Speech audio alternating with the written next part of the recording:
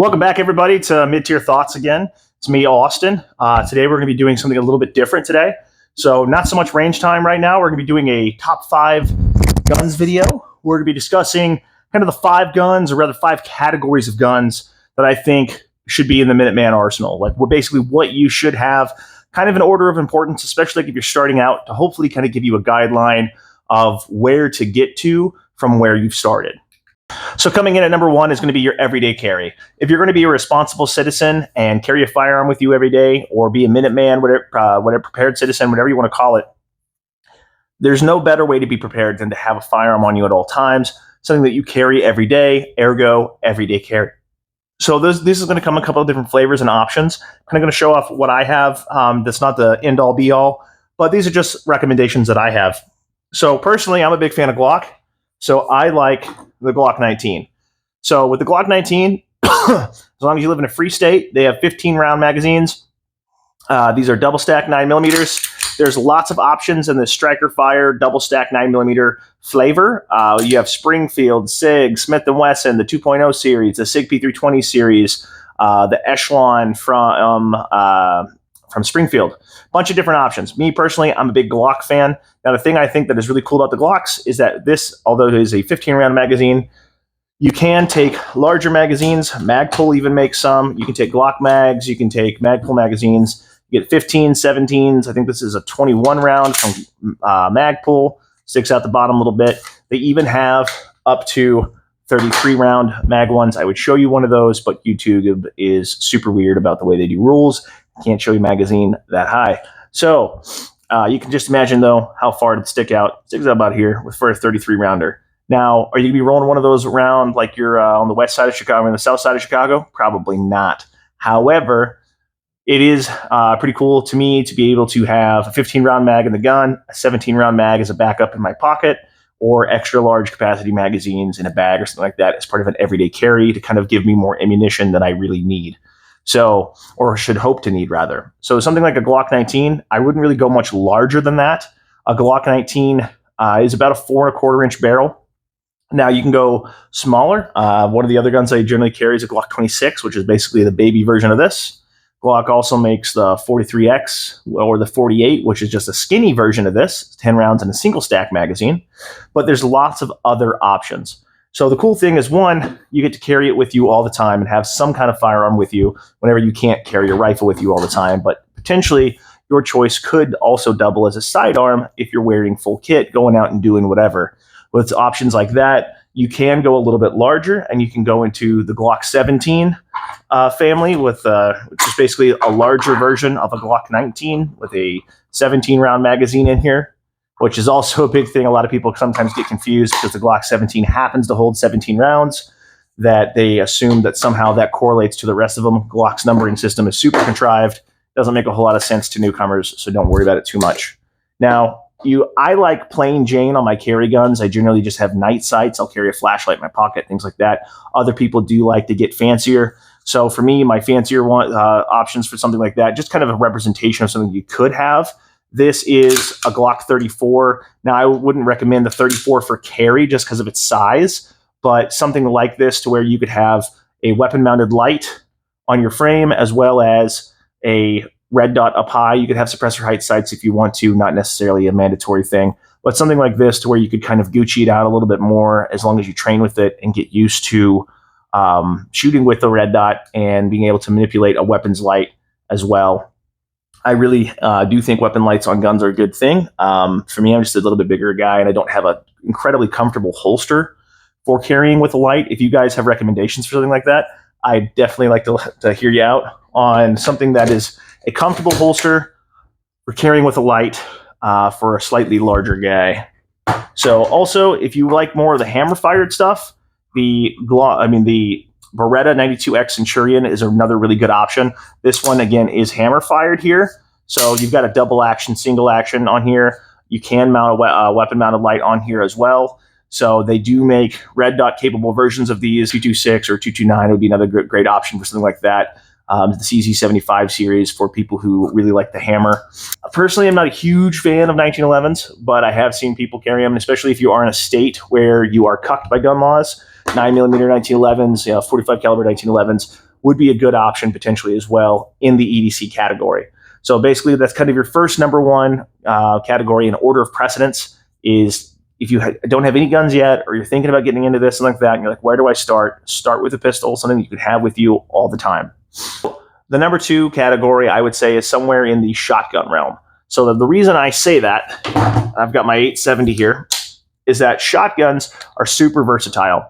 With these, this is a 12 gauge. You can get them in 12, 20, 410. You can get them in more exotic flavors, but those are generally your most common types of ammunition. With that, there are tons of loads that are out there. You can get loads for shooting skeet. You can get loads for shooting birds, loads for shooting bears, everything from birdshot to buckshot to slugs. If you go into 12 gauge realm, there's all kinds of websites with exotic shotgun ammo like Rhodesian Bush and Dragon's Breath, all kinds of crazy stuff, right? So you have a ton of ammo availability that's out there. It's also super easy to find 12 gauge. Most hunting and fishing stores, heck, Walmart carries 12 gauge. Most hardware stores in the country do. It's pretty hard to not find 12 gauge if you're actually looking for it. So it's really easy to find in most places. It's super cheap too. You can usually go get like 100 rounds of birdshot for, like $25, something like that, down at Walmart, and then go shoot clays all day long with it. So you have a ton of different options for ammunition.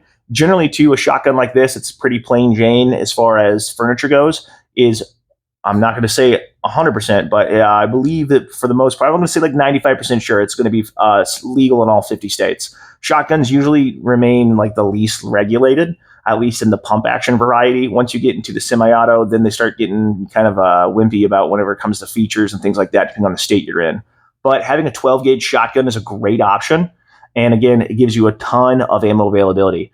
The downside, however, is your ammo capacity. So a shotgun like this is, I believe it's a 5+1. You can get extenders for your tube, depending on the state that you're in and what their laws are around that. So you're limited to about 6 rounds. It could be 5 depending on the load. So if your shotgun shells come in different sizes, usually 2 3/4 or 3 inch, and it'll tell you on the barrel of your shotgun what it's rated to shoot, whether it's 2 3/4 or 3 inches or higher. Sometimes you get 3.5 inch Magnum shells. With that, so depending on that, you are limited in capacity. They are a little tricky to reload if you're not used to it. And as much as people think that racking that action is pretty simple, it's easy for people who are not familiar with that or who are not training with it to short stroke it or to kind of have issues with it in the heat of the moment. Plus, the recoil can be a little intense for smaller framed individuals or people who are more recoil sensitive. So it might take a little bit more training with that. Although, as far as customization goes, you're still pretty set on, you're still pretty available when it comes to customization options. You can always get something like a simple sleeve. This is literally just a piece of elastic that holds shotgun shells, slap it over the buttstock, and away you go. You can get side saddles that are hard mounted. So this screws into the receiver, and I've got spots for 6 rounds that I can hard mount on here and load ammunition for. You can carry more ammunition on your slings. You can also mount lights. I have a weapon mounted light here off of an Elzetta mount, I believe it is, that mounts up with it's an Elzetta mount for 1-inch ring 1-inch ring light. This is a stream light. I can't remember which one. I think it was one of the ProTacs. So you can get pretty customized with this. This works really well for home defense. You can go hunting with something like this. You can get different barrels for the same shotgun. So you can have a hunting barrel, like a 28-inch barrel or something like that if you want to hunt waterfowl or something like that. You can get shorter barrels for home defense. Again, a variety of loads. They're a lot of fun to go shoot, and you don't really have to worry about a ton of money on ammunition. It's a great way to get started. Also, in most states, at least in the state, let me rephrase that. In the states where they regulate ages to buy firearms, for example, like in Washington, you have to be 21, or rather, when you could get semi-automatic rifles in Washington, you can't do that anymore. You had to be 21 to buy a semi-automatic rifle because of the way the laws were written, but you could be 18 and buy a shotgun.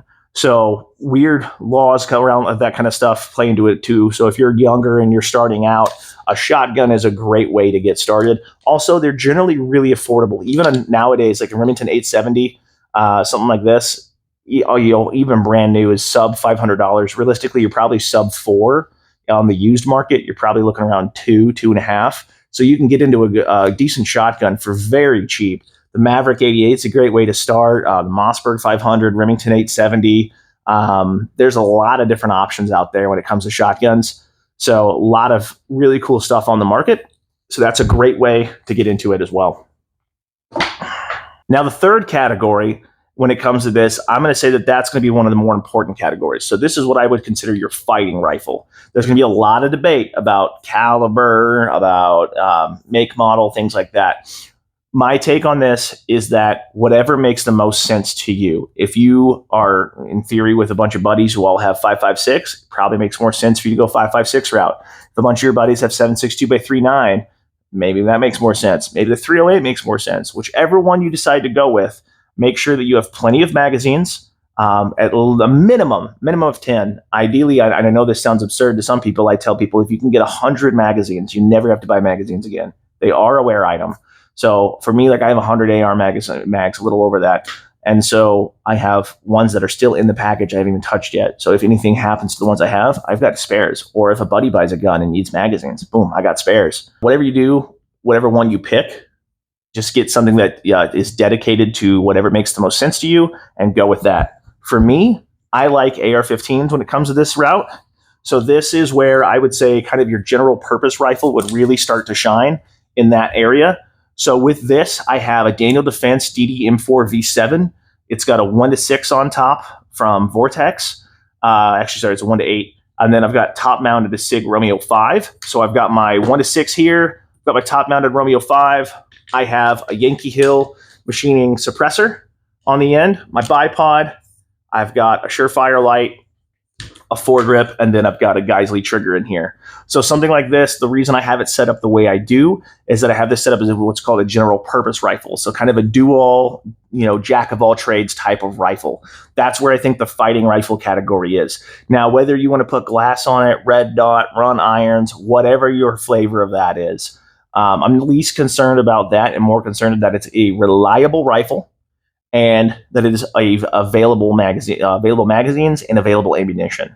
If you are, for example, in a state like Washington or other parts around the country where you may not be able to get a semi-automatic rifle as a fighting rifle, you do got to get a little bit more creative. That's where your shotgun can potentially fill two roles, because maybe you have a tricked out shotgun instead of a rifle, or perhaps you go down a different route and go maybe with a lever gun or even military surplus, something like that. The only caution I would have with the military surplus route is ammunition availability and cost. Over the last couple of years, as someone who owns a 303 infield and someone who has a 7mm Mauser rolling block, it can be kind of crappy to get ammo for those at times. It's over $1 a round, well over $1 a round. And unless you have a setup to reload, even if you do reloading, unless you're doing it on a large scale, it doesn't always come out to be profitable. So something hopefully like a semi-automatic rifle, preferably an AR-15 in my opinion. There can be AKs, there could be different kind of platforms, things like that, comes into play with this at the number 3 slot, which again is your fighting rifle. Coming in at number 4, we have the training rifle. So there's multiple ways you can go about this. I'm just going to show a couple different examples of my takes to this and see what you guys have to say in the comments about this. So when I say training rifle, what I mean is something outside of your normal stuff that you use to train yourself or to train others. So generally, this is something I like to think of as something in like a 22 caliber space, right? I didn't necessarily want to call this just a 22 caliber slot, but I think that could also easily fit there as well. Now, I've shown on the channel before, and you can find the reviews. It'll be linked somewhere above, of the CMMG 22 caliber conversion kit. It's a bolt replacement that slides into you just take your bolt out of your AR-15, slap in this new bolt, and you can run 22 caliber through your AR-15. I've shot thousands of rounds through it. I've run it suppressed and all kinds of stuff. Those things are killer. They are worth the money, and you will save a ton of money if you train regularly just shooting the 22 out of that. So that's one category with that. Now, the other thing you can do as well is you can get yourself a 22 caliber rifle. So this here is the Springfield Rimfire 2022, or 2020 rather. This takes Ruger magazines, little 10 rounders. I've tried using larger magazines. They don't always stay in the gun. I'm not 100% sure why that is, but the 10 rounders seem to have no problem with that. I have better luck with the 15s as well. The 25 rounders don't really, I don't know. I haven't had good luck with them on this. So with this is actually a rifle that my son got for Christmas. So the cool thing about this, my son is 8 years old, or actually, I guess he's 9 now. He grows up fast. So this is something that I can teach him the fundamentals of marksmanship on, and we're not out a ton of money. He has a blast with it. It's got good weight to it. I've got a bipod mounted up front. So just getting him used to shooting, used to using the scope, kind of getting over that initial fear of, trying to get used to firearms, things like that. This is a great option for this. My wife also loves shooting this thing. I love shooting this thing. As far as going out and getting fundamental practice of marksmanship, this is a great way to train. Also, if you ever want to learn how to shoot distance or do PRS shooting, like the precision rifle stuff, shooting a 22 caliber rifle at distances of 100 yards or more is a great way to get those skills in, because you have to learn for drop, account for wind, and you can do all of it pretty cheap. There are even, I haven't done any yet, but I'm familiar with people who have done stuff to where I think they're like, I don't remember exactly what they're called, but it's basically a rimfire precision match where you have something like this and you can go out and shoot at distance with 22 and basically do a PRS match at like 400 to 500 yards with a 22, which is, to me sounds crazy, but you get to learn a lot of the fundamentals without having to spend a lot of money on like 6.5 or 308 and then a $2,000 rifle and a $2,000 piece of glass. So this is a great option for that. Another gun in this category as well, in the number 4 category, our training category, is something like a 22 caliber pistol. This is a Smith & Wesson Victory, Smith & Wesson 22 Victory. So this guy here has got a really nice, easy trigger. Good safety on here. This thing has nice, vibrant sights. They're fiber optic. The cool thing about this is it is ridiculously easy to shoot. There is no recoil. It's actually fairly quiet. You can get these things with threaded barrels to suppress them. Mine, unfortunately, doesn't happen to have that. But these things are super fun to shoot. I love shooting this thing. My wife loves shooting this thing. My kids, it's easy to teach them on. So if you have new shooters or people who want to get into this kind of thing, they're not really familiar with firearms, you don't want to scare them away, this is a great way to get into that. Also, it's a great way to practice training as far as marksmanship goes. Again, you can do this on the cheap. You can get a lot of the fundamentals down without having to spend a ton of money.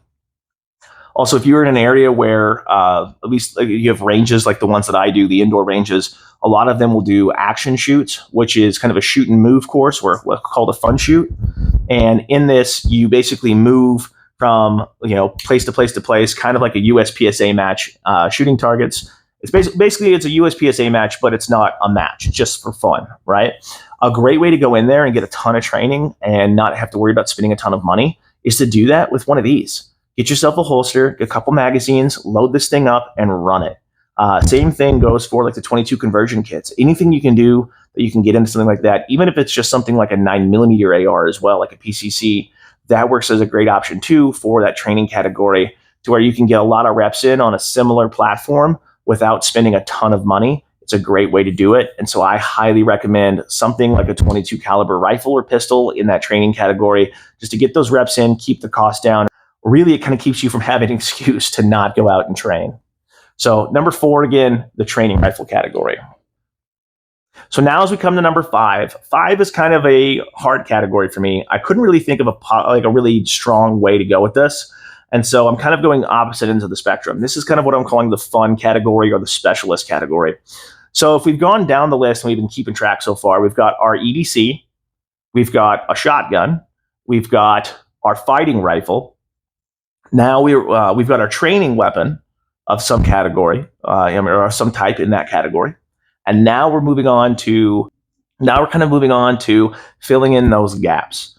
I'm going to call this the fun category. One, because there's nothing wrong with having guns that are fun, just to have fun guns. But 2, there might be certain roles, depending on your environment, you want to fill where I haven't necessarily neatly covered so far. So I'm going to show 2 opposite ends of the spectrum and kind of talk about that a little bit. So for this fun category, one of the things we can kind of look at is something like a pistol caliber carbine or a 308 style battle rifle.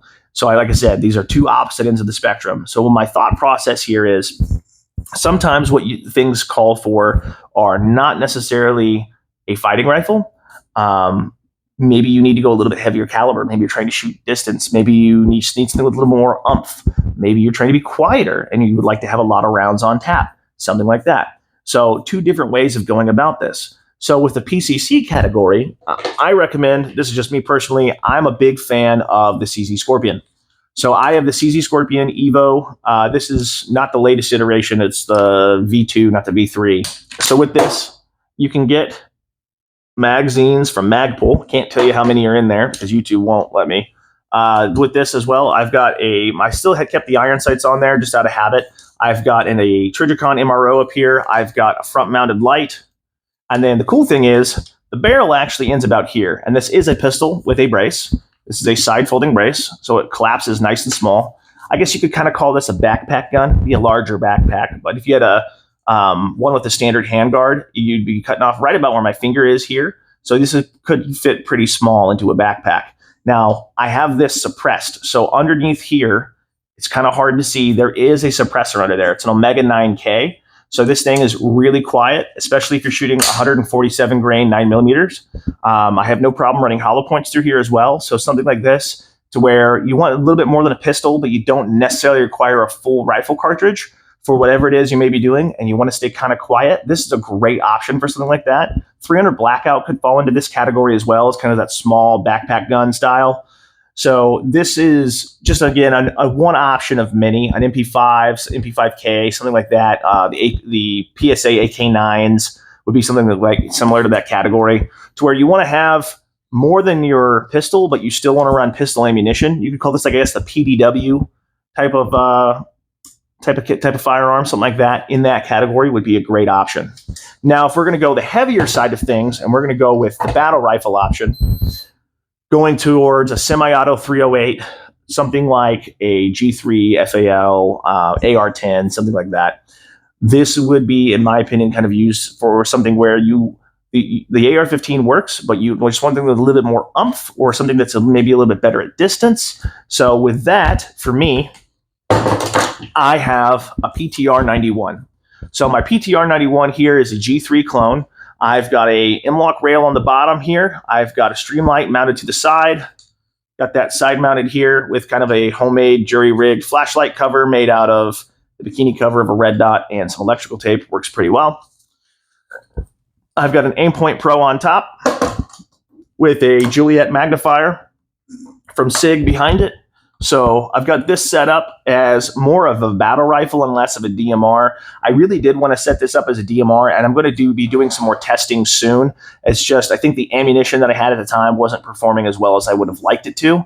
So I wasn't getting the accuracy I really wanted out of a DMR. I am going to spend some more time getting into that with a little bit better ammunition, see if I can change that, and maybe swap this out for some glass. But something like this, like a PTR 91, or like I said, an FAL, SCAR, G3, M1A, something like that would be a great option, to where you do get a little bit more oomph in that. Generally, I would recommend something that has a minimum of 20-round magazines. So these are empty. This is a 20-round magazine. G3 magazines, the reason I'm a big fan of the G3 is that they are dirt cheap. SETME mags, G3 mags, those will both work in either SETMEs or G3 clones. The real difference that I've noticed between the SETMEs and the G3s is that there's a paddle magazine release right here on the G3 that is not on the SETMEs. They do have a push button release like an AR right here, but if you can see, if I'm holding the weapon like this, I have to really break my grip and stretch out here, or I have to completely come off the gun and do it. And it's just a little challenging to drop that magazine with the button. So if you can get the paddle mag installed, if yours doesn't have it, I highly recommend it. But something like a 308 battle rifle, I think, is a great addition to that. Not only do you get that super awesome cool factor with this, because these things are just friggin' rad, but you do get potentially the capability to reach out a little bit further, kind of fill a DMR role or some type of specialist role. I think that's what we should call this, kind of a specialist role class for number 5. I think that sounds about right. So yeah, this is another option for you as well. I'm curious to see what you guys have to say in the comments about what you think I may have missed, or other categories that should be in there, other firearms potentially that could have fit in this role. Just kind of show you a little bit of what I have in the way of thinking as far as filling those gaps of those 5 categories and why I think we should have them. If you stuck around this long, thank you. Go ahead and like and subscribe. Check out the description below for some awesome stuff. And if you haven't already, go to www.midtierthoughts.com. Check out our awesome merch. It helps support the channel and kind of helps fund everything we do here. Thanks, guys. Have a good one. See you next time.